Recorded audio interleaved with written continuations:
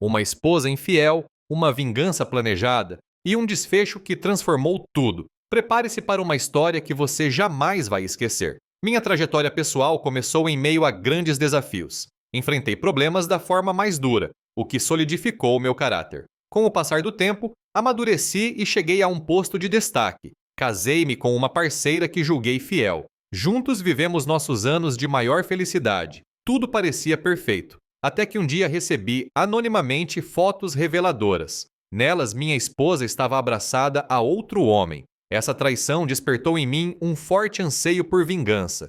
Eu não sabia que tal desejo existia. Ela pagaria bem caro pela sua infidelidade. Era uma manhã qualquer. Eu estava à mesa com meu café e o jornal, pronto para outro dia de trabalho. Rebeca, minha mulher, ainda se aprontava no quarto. Naquele dia, nada parecia diferente das incontáveis manhãs rotineiras do último ano. Enquanto lia o periódico, uma manchete chamou minha atenção. A notícia informava que Jake Rodrigues, funcionário da imobiliária onde Rebeca atuava, fora encontrado morto na noite anterior. Ele havia sido espancado e estrangulado em sua própria casa. A polícia ainda não tinha suspeitos. As investigações estavam no início. Dobrei o jornal, colocando-o no lugar dela na mesa. Uma sensação estranha de satisfação me preencheu enquanto terminava o café. Rebeca entrou na sala. Mesmo depois de 5 anos de casamento, ela parecia ainda mais atraente. Não trocamos palavras. O silêncio entre nós refletia o distanciamento que dominava a relação há meses. Desde que ela estendeu os horários de trabalho, nossa comunicação quase sumiu. A mulher calorosa e afetuosa que conheci agora parecia uma estranha. Rebeca pegou o jornal, tomando um gole de café enquanto lia. De repente, cuspiu o líquido, arregalando os olhos assustada, ao perceber a notícia sobre Jake. Seu rosto refletiu horror puro. Sem conseguir dizer nada, ela correu para o banheiro, deixando para trás uma aura de tensão. Eu permaneci impassível. Levantei-me calmamente, coloquei minha xícara na máquina de lavar louça, peguei minha pasta e fui para o carro. Os sentimentos de Rebeca já não importavam para mim. Meu nome é Tyler Brooks. Tenho 30 anos e sou descendente de italianos de Nápoles. Minha juventude foi cheia de conflitos, muitos por minha associação a um grupo de garotos que se intitulava Máfia Júnior. Embora nossas ações fossem majoritariamente irresponsáveis, um incidente específico me fez repensar meu comportamento. Quando era mais jovem, Marco estava sempre ao meu lado. Crescemos juntos, compartilhando quase tudo. Mesmos amigos, mesma idade, mesmas ambições. No entanto, éramos bem diferentes. Eu me questionava sobre o mundo, buscando entender a complexidade da vida. Marco tinha dificuldades com situações mais complexas, preferindo agir sem pensar nas consequências. Esta é só uma parte de uma história maior, cheia de decisões que moldaram quem sou hoje. Na juventude, minhas escolhas me guiaram por caminhos perigosos. Eu me envolvia em atividades ilegais, tornando-me um alvo fácil para a polícia. Numa dessas noites, Marco e eu invadimos um armazém no porto. Pretendíamos roubar itens valiosos para revender. Entramos por uma janela lateral, sem perceber que os seguranças já nos observavam, esperando o momento certo para agir. Após pegar várias caixas cheias de eletrônicos, começamos a ir para a saída. Foi quando um dos seguranças pegou Marco de surpresa. Eu tentei escapar pela janela por onde tínhamos entrado. Porém, um segundo segurança apareceu, tentando me deter. Num ato de desespero, bati nele com uma das caixas que carregava. Aproveitei a confusão para ajudar Marco, mas logo fui subjugado pelo segundo segurança, que me imobilizou. Quando a polícia chegou, começaram a zombar de mim enquanto me levavam, rindo da minha situação.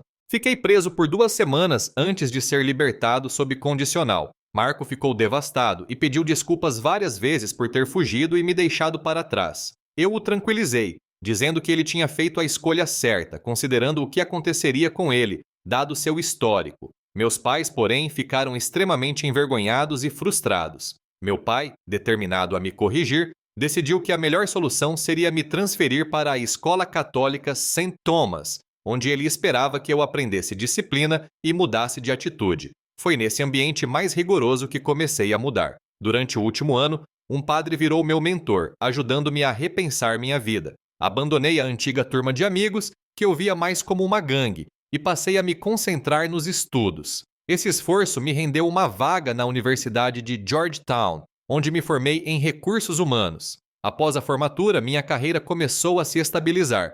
3 anos depois, conheci Rebeca em um seminário de desenvolvimento profissional. Ela foi a primeira mulher que me fez questionar a vida de solteiro. Nosso relacionamento não foi simples, especialmente pelo passado complicado de Rebeca, que tinha sido abandonada quando bebê. Mesmo assim, conseguimos construir algo firme e nos casamos em uma cerimônia discreta e íntima. Decidimos adiar a ideia de ter filhos até termos estabilidade financeira, o que não agradou meus pais. Nosso terceiro ano de casamento trouxe desafios para Rebeca, pois sua empresa foi vendida e seu cargo eliminado. Apesar da frustração, ela encontrou uma nova oportunidade como gerente em uma imobiliária. Durante esse período, tentei apoiá-la ao máximo, mas suas mudanças de humor começaram a testar minha paciência. Rebeca parecia cada vez mais absorta no trabalho, fazendo cursos para se aperfeiçoar na nova profissão.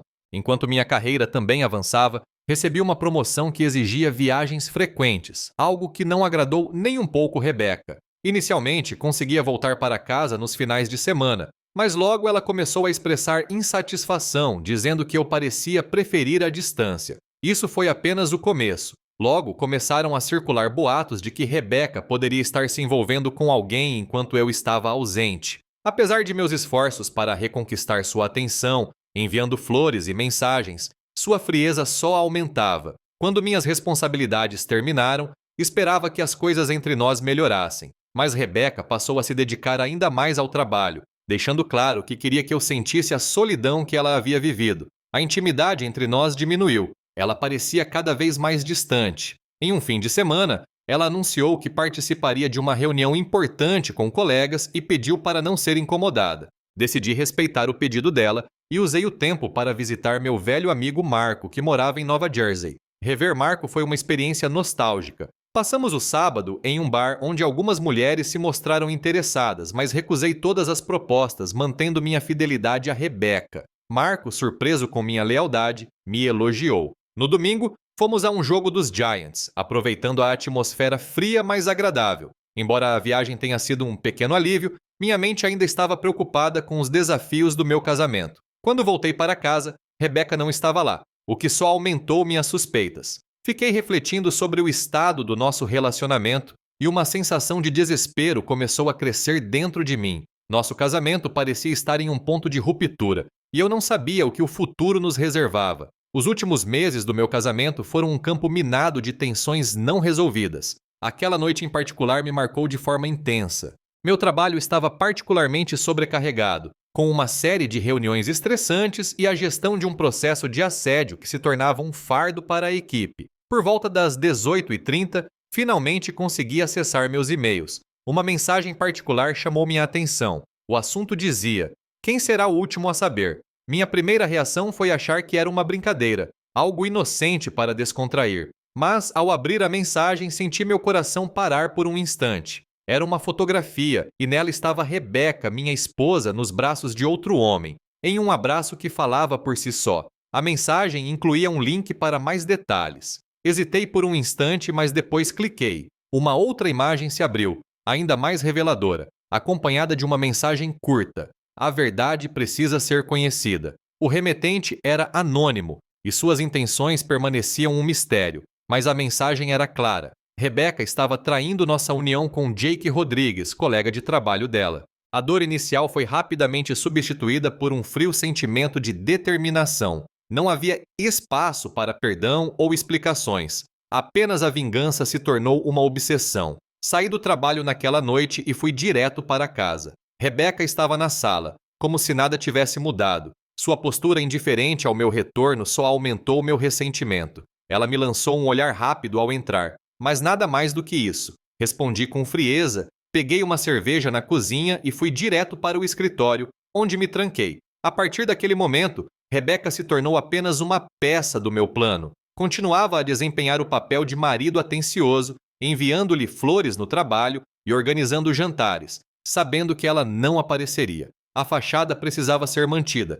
tanto para ela quanto para qualquer observador externo. Minha vingança começou a tomar forma. Em uma noite, enviei para Marco, meu velho amigo de confiança, um envelope com detalhes sobre Jake, onde ele estaria e como deveria agir. Não precisei dizer uma palavra, os detalhes estavam lá implícitos. Naquela semana, voltei para casa mais cedo, servi uma bebida e coloquei um disco de blues para tocar. Enquanto isso, Rebeca chegava tarde, saía novamente sem explicar e retornava em silêncio, como se tudo estivesse bem. Poucos dias depois, a notícia do assassinato de Jake Rodrigues começou a aparecer nos jornais. A brutalidade do crime deixou a cidade em choque. O detetive Matt de lá, encarregado do caso, fez perguntas sobre qualquer conexão que eu pudesse ter com Jake. Respondi calmamente que o conhecia apenas de um evento de confraternização de fim de ano, nada mais. Ele sugeriu que talvez Rebecca e Jake tivessem um relacionamento mais próximo do que o profissional. Eu mantive uma expressão neutra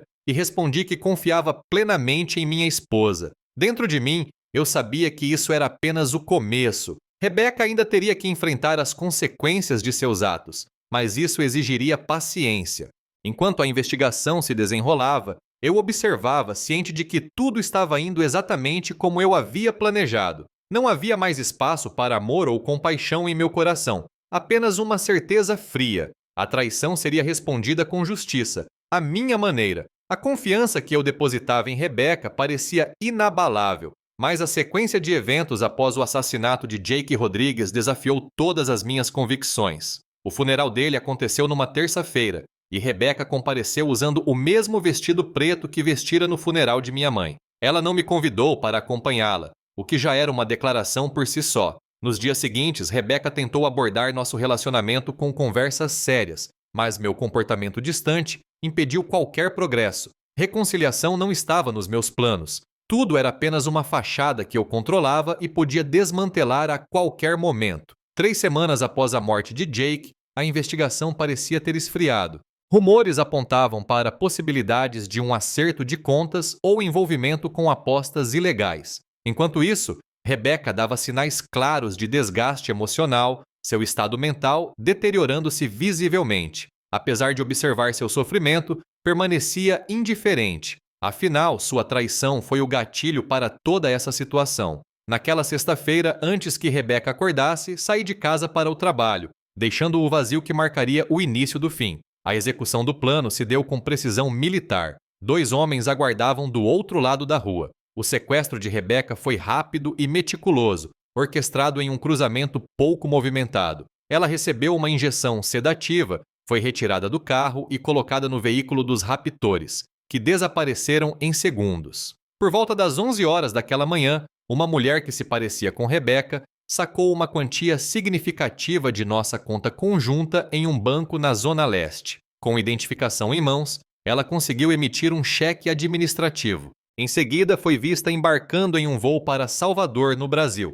Na tarde de sábado, decidi relatar o desaparecimento de Rebecca à polícia. O detetive Matt de lá, já familiarizado comigo pelo caso Rodrigues, veio colher informações. Contei que Rebecca não voltara para casa e que minhas tentativas de contato pelo celular haviam falhado. Ao consultar Grace Hott, uma amiga de Rebecca, descobriu-se que ela não aparecera no trabalho e nem dera notícias. De lá era metódico e incisivo. Ele perguntou sobre nosso casamento, insinuando problemas que pudessem explicar o desaparecimento. Respondi com firmeza que nosso relacionamento era sólido e amoroso. Sua insistência em ligar meu nome a possíveis crimes foi prontamente rebatida. Eu sabia que cada palavra minha precisava ser precisa, uma habilidade desenvolvida durante minha juventude em meio a atividades questionáveis. 3 dias depois, o detetive reapareceu no meu escritório, trazendo mais informações. Ele revelou que Rebecca havia sacado uma quantia significativa e adquirido passagens aéreas para Nova York e Salvador. Mais chocante foi saber que seu carro fora encontrado no estacionamento do aeroporto. Mantive a expressão de incredulidade enquanto ouvia sobre imagens de câmeras de segurança que aparentemente confirmavam a identidade dela. De lá sugeriu uma conexão entre o desaparecimento de Rebecca e o assassinato de Rodrigues. Ele mencionou evidências encontradas na cena do crime que sugeriam um motivo mais pessoal do que um simples acerto de contas. Tortura e espancamentos antecederam o estrangulamento, dando ao crime um tom de vingança. Meu rosto permaneceu impassível, mas por dentro, eu sabia que as peças estavam se movendo contra mim. Neguei qualquer envolvimento de Rebecca no assassinato e rejeitei qualquer associação dela com esses eventos. Enfatizei meu amor por ela e reforcei minha incredulidade diante de tais insinuações. Senhor, Brooks, de lá concluiu com um olhar frio, estamos apenas começando a conectar os pontos. Este caso é mais complexo do que parece. Ao sair do meu escritório, percebi que cada movimento meu seria observado. A verdade sobre Rebecca, suas decisões e meu envolvimento com o que quer que fosse estava em jogo. O que começou como uma vingança cuidadosamente planejada, agora ameaçava desmoronar em uma teia de suspeitas e mentiras que parecia escapar do meu controle. Resmunguei para mim mesmo, tentando entender como minha esposa, que sempre considerei pequena e inofensiva, poderia ser capaz de tamanha crueldade. As acusações que estavam sendo feitas contra ela pareciam cada vez mais inacreditáveis. Talvez, como sugeriu o Sr. Matt de lá, minha esposa estivesse realmente envolvida no que havia acontecido. Mas, até o momento, as evidências indicavam que ela não estava sozinha. Alguém mais poderia estar lhe dando apoio. Foi então que ele fez uma pausa, lambeu os lábios e insinuou que eu poderia ser essa pessoa. Rejeitei essa ideia de imediato sem permitir que ele continuasse. Mesmo com a suspeita sobre meu envolvimento, ninguém tinha conseguido encontrar provas contra mim, graças a um álibi sólido no momento do assassinato. Então, o senhor está sugerindo que minha esposa tenha fugido do país devido ao seu envolvimento em um assassinato e que eu seria cúmplice disso? Perguntei encarando com firmeza. Fiz uma pausa antes de continuar. Se é só isso, então esta reunião está encerrada. Levantei-me, abri a porta e dei a ele a indicação de que deveria ir embora. De lá se levantou sem dizer mais nada e se dirigiu à porta sem sequer estender a mão. Eu também não a estendi. Após ele sair, voltei para minha cadeira e fiquei ali, refletindo sobre o que ele realmente queria. Tinha certeza de que sua visita tinha mais a ver com colher informações do que com apresentar novidades sobre o caso. Pensei por um bom tempo em tudo que ele dissera. Embora Delá tivesse sua suspeita sobre o meu envolvimento, meu álibi seguia intacto. Eu estava jogando pôquer na noite em que Rodrigues foi morto e participei de reuniões importantes no dia em que Rebecca desapareceu. Já haviam se passado 2 semanas desde o sumiço de Rebecca, e ainda não havia notícias de Leroy ou qualquer outro envolvido. Apesar de sentir que estava sendo observado, minha rotina continuava normal, sem sinais de evasão ou de estar tentando esconder alguma coisa. Continuei ligando para Delá, buscando informações sobre o andamento das investigações. Quando tentei obter novidades sobre o desaparecimento de minha esposa, a polícia não tinha nada de concreto. Mesmo com Rebecca já em Salvador, não havia qualquer pista que indicasse que ela estivesse ali. Passei o dia em casa esperando e pedi uma pizza. Preparei-me para assistir a um jogo de futebol enquanto esperava. Quando o entregador chegou, ele colocou um envelope sobre a caixa de pizza. Ao abri-lo, li a mensagem que me instruía a comparecer à Basílica de Santa Maria Maggiore para a missa das 10 horas da manhã seguinte. Durante a comunhão, eu deveria sair pela porta leste, onde um Audi A6 escuro me aguardaria. Segurando o bilhete, percebi que essa poderia ser a última vez que veria Rebecca antes de sua partida para o exterior. Leroy havia garantido um atraso de 2 semanas para consolidar o plano e deixar poucas evidências para trás, como se tudo estivesse envolto em uma escuridão impenetrável. Enquanto refletia sobre o pesadelo que vivi no último mês e meio, um e-mail chegou, desencadeando uma série de eventos que revelavam uma parte obscura e profunda da minha história ancestral. A Basílica de Santa Maria Maggiore, com sua grande congregação, ajudou a ocultar meus movimentos enquanto saía durante a comunhão. Encontrei o Audi A6 à minha espera e fui conduzido a um grande armazém. Lá, encontrei Leroy pela primeira vez, com sua expressão implacável que me falou sobre as semanas difíceis que Rebecca havia passado. Entrei em uma sala bem iluminada e a vi. Rebecca estava acorrentada, com uma marca de cobra gravada em sua pele na parte inferior das costas. Leroy me explicou que ela estava agora uma mulher quebrada, prestes a começar uma nova vida. Rebecca permanecia imóvel, com os olhos vazios de qualquer vitalidade. Perguntei a Leroy sobre a condição dela, e ele reafirmou que ela estava completamente submissa, enfatizando sua rendição total. O encontro com Rebecca expôs seu sofrimento silencioso. Lembrei a Leroy que o adultério fora a causa da morte de Jake e de todo o tormento que ela agora estava vivenciando. Leroy garantiu que ela seria bem tratada, mas como um animal valioso, não mais como uma esposa. Depois de sair da sala, voltei à Basílica de Santa Maria Maggiore e misturei-me à multidão da missa. O Audi A6 me levou de volta para casa enquanto eu lutava com um nó no estômago, tentando encontrar algum alívio até que fosse no fundo de um copo de bebida. 3 anos haviam se passado desde aquele encontro, e o que aconteceu se tornara uma memória distante. Vendi a casa que um dia compartilhamos, e os casos de rapto foram arquivados como investigações não resolvidas. O casamento já não era mais uma possibilidade para mim. Percebi que os problemas haviam superado qualquer benefício que ele poderia ter oferecido. Ao refletir sobre tudo, finalmente entendi que as palavras de meus pais haviam sido sábias, embora eu só tenha reconhecido isso muito depois, quando o tempo já havia pesado sobre tudo. Sem saber, o e-mail que recebi sobre o caso de Rebecca foi enviado por uma ex-amante de Jake, movida pela sede de vingança. As fotos que ela possuía ainda eram um mistério para mim, e de certa forma, nunca agradeci por sua revelação, pois trouxe mais dor do que alívio. Ao longo do tempo, percebi que a dor da traição não desaparece facilmente,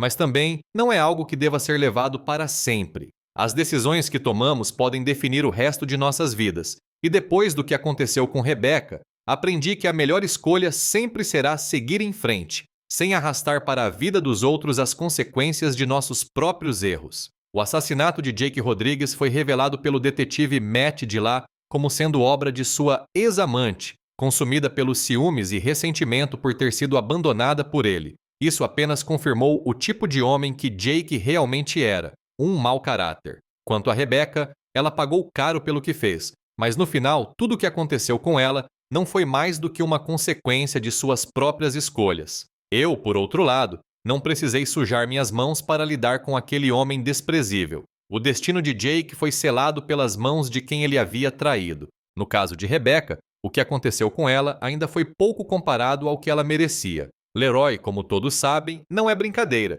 e ela teve sorte de ainda estar viva. Mas isso não me traz qualquer tipo de prazer nem alívio. A verdade é que ninguém deve buscar vingança, mas sim um caminho para a paz interior. Quando você não está feliz em uma relação, a melhor escolha é seguir em frente sem ferir a outra pessoa, pois o arrependimento só surge quando carregamos a culpa por algo que poderia ter sido evitado. Hoje, sigo minha vida sem arrependimentos. Não me orgulho das circunstâncias, mas aprendi a lição. Às vezes, a única maneira de encontrar paz é deixar o passado para trás e não buscar justificar ações com o sofrimento dos outros. Tudo o que aconteceu com Rebecca foi consequência de sua traição. Mesmo sem querer, a vida ensinou de maneira dolorosa. Eu só lamento por ela, pois no fundo todos somos responsáveis por nossas escolhas.